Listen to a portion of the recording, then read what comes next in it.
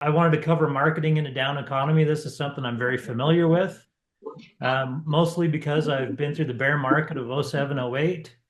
It wasn't the Great Depression, but it was basically the second Great Depression for any of us that remember that. It cost me a lot of money to get the backing that I have for this, but it's going to be fun as you see where all this information came from.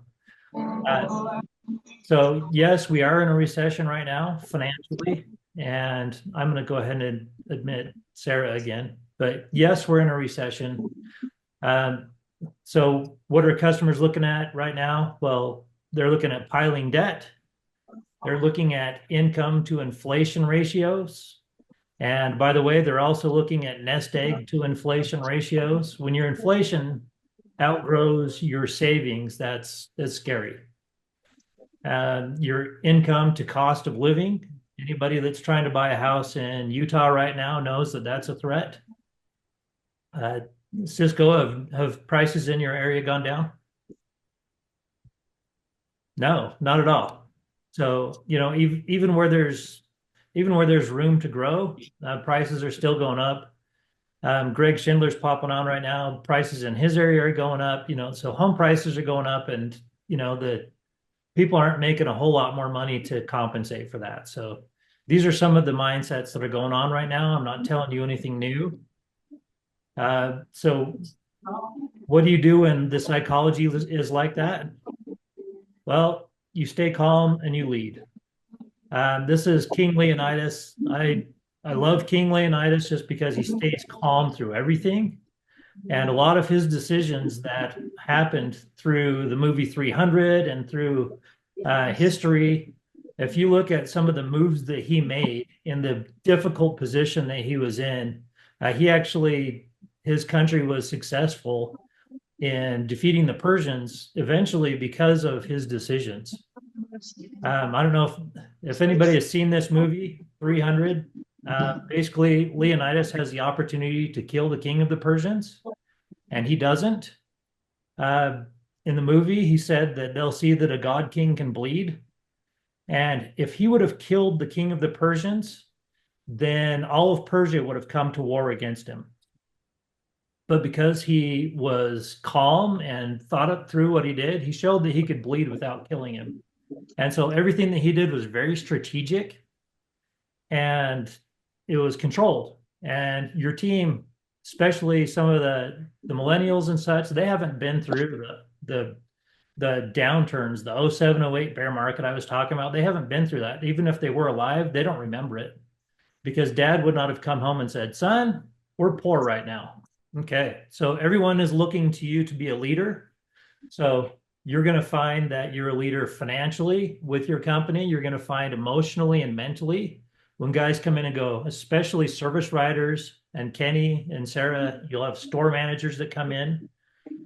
We had talked when we did our SWOT, I said, this guy is beat before the day starts. And so you as a leader, you have to come in and you have to be the Leonidas and say, look, this is what we're going to do. We're going to win. We're going to do this. And they're looking to you for that leadership.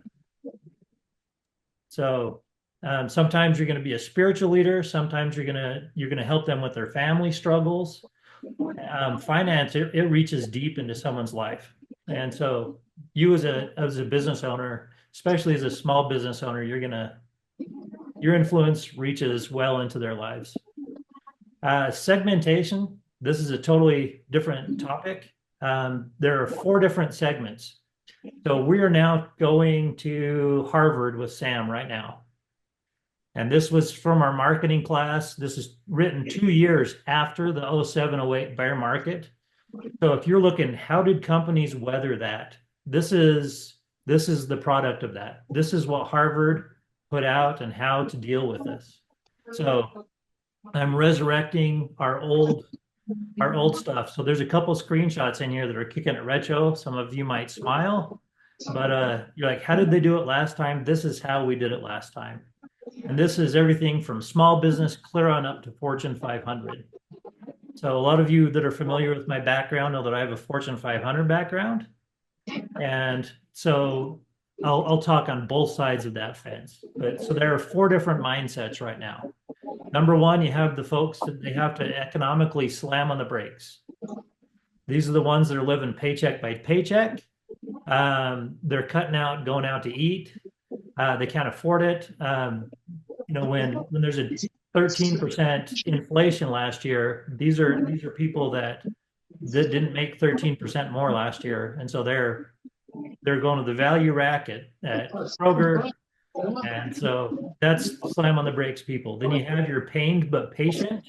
These are people that are feeling the pinch, but they're like, well, it's going to get better. They feel like in November the economy is going to change and things are going to get better. Also, you have your comfortably well off. So these are people that have retired comfortably, or they make over 100K a year and they're not affected, or they're on a salary, whatever it may be. The economy is not affecting them. People that work for commodities, if you're trading in gold right now, you're very comfortably well off.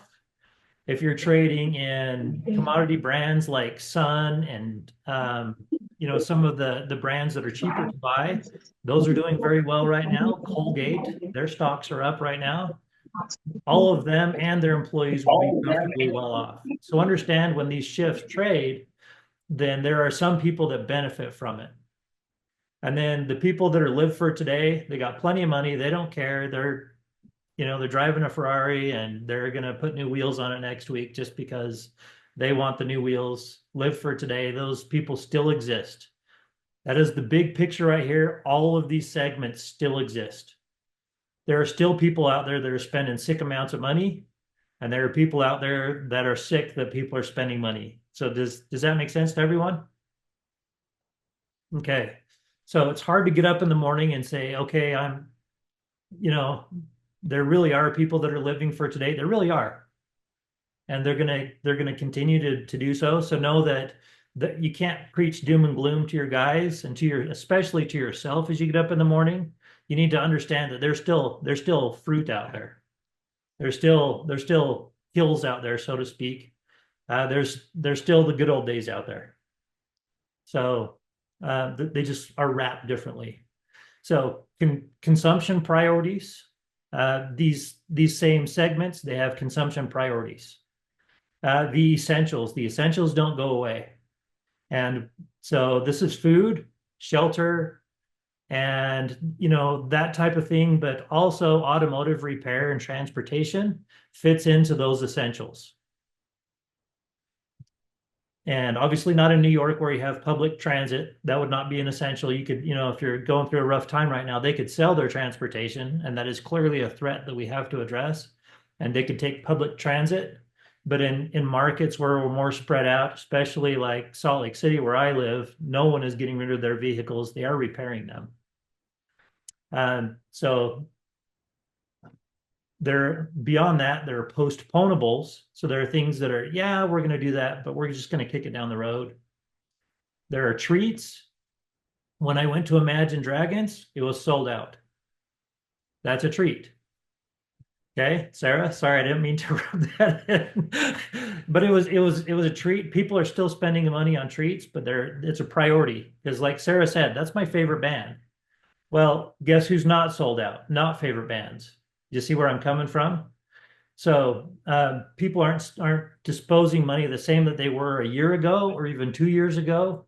It's certainly not a Trump economy right now, but people are still spending money. That money is still out there. So yes, they're still on tour. But then also expendables. So now expendable is a concert. They could go to that or they couldn't, and it wouldn't hurt them one way or another. Certain upgrades are expendable, and so some of those segments are not going to spend that extra money, and some of them will. So it's just, and then this is kicking it way back retro. This came from Harvard Business School. Okay, so I can send these out, these screenshots, but I had to really dig for these. But those same segments, this is not Sam making this up. These are actual Harvard business terminologies.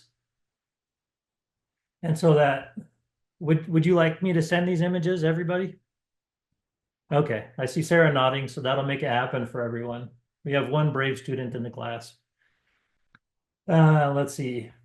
So, and you remember when I did your SWOT and I used the Harvard business SWOT quadrant? I do not have permission for this to share this, but it's so old. This is literally 15 years old, so I don't think that they would care. Everybody knows it by now. So here are your treats, your postponables, and this just breaks it down further so you can better wrap your mind around what those look like. Your live for today with your postponable, they may buy it if there's a great deal. Otherwise, they may postpone it. And so it's very important to understand the psychology of the people that are coming to your shops. So I will go ahead and send those out. And there's two more of those from this old presentation. I'm kind of giddy. It takes me back to those days. So there right now we should be budget minded. When we're making cuts to our business, we should make them with a scalpel, not with a cleaver. So we will, and pardon that terminology, Kenny, we're going to fine tune the campaigns. We don't just, like we had a conversation the other day. Well, should we cut mailers altogether? Well, we don't know until we've looked at all the numbers. You have to look at it and then cut with a scalpel, not with a cleaver. Because if you take and you cut, you're like, well, we're just taking our Google campaign and cutting it in half. We just can't afford it. That is irresponsible business ownership. You have to look at it and see what your ROI is on it, what your ROAS, your return on ad spend is, and you look at those numbers and you make educated decisions based on those numbers. Like, Sam, are the door hangers working? I don't know. Let's look at call rail and see what called in. Let's see when people came back with them. We need to know if the ad is working, whether or not we cut it. Don't leave your base. This is very important. If you have a Ferrari customer base, you have to stick with your customer base. If a Ferrari guy walks into a shop and sees a broken VW worked on next to his Ferrari, it really does change your image. So we don't leave our bases, but we operate within our space. So you don't totally change your business model just because the market slows down. You make adjustments, but you don't fully change it. Staying flexible. If I come back to you and say, hey, you need a Performance Max campaign, you have to be flexible. And you have to, you don't have to take my advice on everything, but I would highly recommend it. It's what you pay me for. If you're not going to take my advice, please let's have a conversation, and please let's smile as we walk away. But that's one of the things that I'm paid for. Our company is paid for. Value proposition. I don't know if anybody here has seen, as you're going through and making an impromptu purchase, you're looking at Monsters and it's buy two, get one free. You can see the value there, and it'll show you what it'll cost if you pay for all three of them. But you save $2.33 if you buy two and get one free. That kind of marketing, you'll start seeing that coming out. That still works, especially as we were talking about the Black Friday, Cyber Monday deals. That is 100% what we're talking about there, is showing them what they could pay, but what they have to pay. And so you're saying, hey, we understand that you're in a pinch. Let's work together on that. So you're understanding them, you're giving them what they need, but they're also spending money your way. Point of purchase marketing. This is selling windshield wipers at the very end when they're at the register. That type of thing. These are impulse buys. And so, Kenny, we had talked about the box on Erie when you're first walking up to the door, and there's that box there. And I said, what's that box for? And then Sarah and I had also talked about that. That is a great place for impulse buys. So this is kicking it way back retro again, and I will send you this. Tailoring your tactics. This is what Harvard has to say about what you should do. Does anybody find value in asking the best of the best on what they should do? So I paid an obscene amount of money for this, but it was well worth it. It changed my business. And the guy that wrote this, I actually flew to Florida to take him and his wife out to dinner. So it's super sharp. But those same slam on the brakes people, their treats, they're going to shrink sizes of their treats, but they're still having their treats. So that's the underlying thing that you need to notice as you're looking and reading these. Well, you're like, okay, well, what does that mean to me that I have to hold my prices down for those people? If you are tailoring to them, you have to keep your prices down. When we talked to Harold's the other day, Harold's want to keep their clientele with their oils changed. They don't want people to say, I can't afford to change my oil. So that's a price that they're going to hold down during this. And we talked about quoting two prices. There is power in saying this is a repair that can get you by. And as things improve or as you save up, this is another repair that we recommend. So one of our Florida clients got hammered on that with a 1-star review the other day. They're a new client, so they didn't know any better. But if they would have quoted two prices, that review would have never happened. But they got roasted. You know, somebody said, oh, they quoted us $1,600. We went down the street and had it done for $6. And so that puts you in a difficult position, but you've also violated their trust. This is a time for building trust. I have trust in somebody that says this can get you by right now, but as things improve and as you get your finances in order, as you save up, then we need to come back and change out your water pump. It's going to go, but in the meantime, we change out these belts, you'll be just fine. You see where that evokes trust? And so I will send this to you, but your general theme through all of this, okay? I'm just going to come down here is value. Right now, you're pushing value. All right. As the people that still have that disposable income, they're still looking for a deal. So on your side by side, if a sound system comes on sale, you're going to buy it because you're like, oh man, I have, it's on sale. It's a great deal. I'm going to go ahead and buy that. So GoPro comes out with a new model that, can do X, and it goes on sale for $800 instead of $1,000 or whatever it may be. I'm still looking for a deal. But those deals, every quadrant is still looking for a deal. Even the people that can't afford to keep moving, if you give them a deal on Black Friday or Cyber Monday, they're going to look at it as I can't afford not to do that deal. So this is psychology we talk through as a team. Okay. So door hangers are still going to work. Your irresistible offers are still going to work.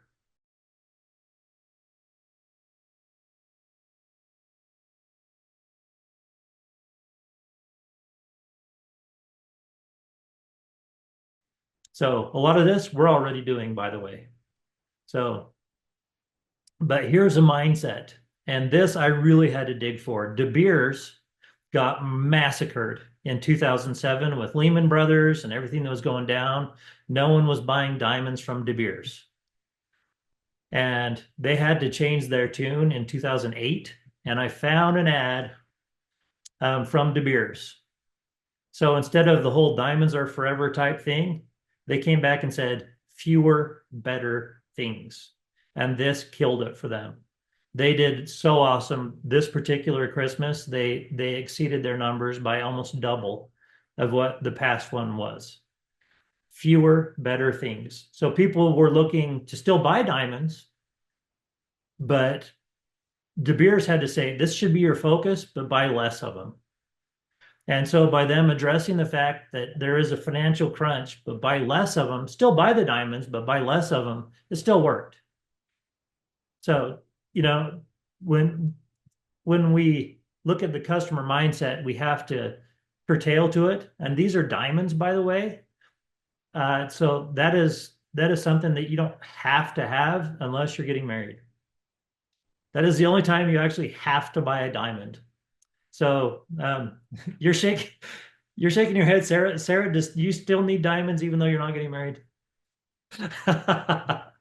Awesome. So, but as far as mindset goes, if even De Beers can sell more diamonds just by adjusting their ad to the mindset with this 2008 magazine ad, and this went out, like I say, I really had to do some digging. I was like, I know I can find that, and I did. But if De Beers can sell more diamonds in a down market, you can sell more automotive repairs because there is some silver lining. and I want to bring this up, and I don't want to be a legal vulture. I don't want to be viewed like that, but other shops are closing. There are baby boomers that are like, I'm tired. I don't want to go through another down market. I just, they're looking for options. And if you bought another shop right now, we have one of our clients that's buying a shop. Hopefully he gets the keys today. This super top secret, he'll probably get on tomorrow, next week and brag. And he should. But this is one of his strategies is to look for other shops that are closing down. So instead of really hitting it with mailers, instead of really hitting it with this and that, he's buying a list of another shop, and so he's picking that up. So this is a legitimate marketing strategy in a down market, is looking for closing shops. So if you turn around and say, hey, new ownership, we're offering this deal if you stay with us, come in and see, that is a legitimate marketing strategy. Can you tell that I've also marketed for attorneys? So it's okay that I've done other marketing other than just automotive. Sometimes that's a good thing because this is something that works really well. And new car sales are down. What does that mean for you? I'm not going to answer this question. It's a rhetorical question. I need somebody else to answer this. When new car sales are down, what does that mean for you? They're driving their cars longer. Yes. You're gonna see those Toyotas with the 300,000 miles on them. The last year, maybe 250, they were done with it. Now it's worth fixing it. So there are silver linings in our industry when the market shifts. And for the guys and gals, obviously, that are willing to ride it out and to stay in it longer and to take care of their customers' needs, are still going to make it through this. They're still going to flourish. And in some areas, we're actually seeing growth in a car count instead of just holding on, which right now that should be your goal, is to match what you're doing. But for some of our shops, they're actually growing, and so they're being reactive and doing their marketing correctly. But at the same time, with new car sales down, more people are going to be making more repairs. It's inevitable. It goes hand in hand. So in the meantime, we appreciate everyone, and we'll see y'all later. See you guys.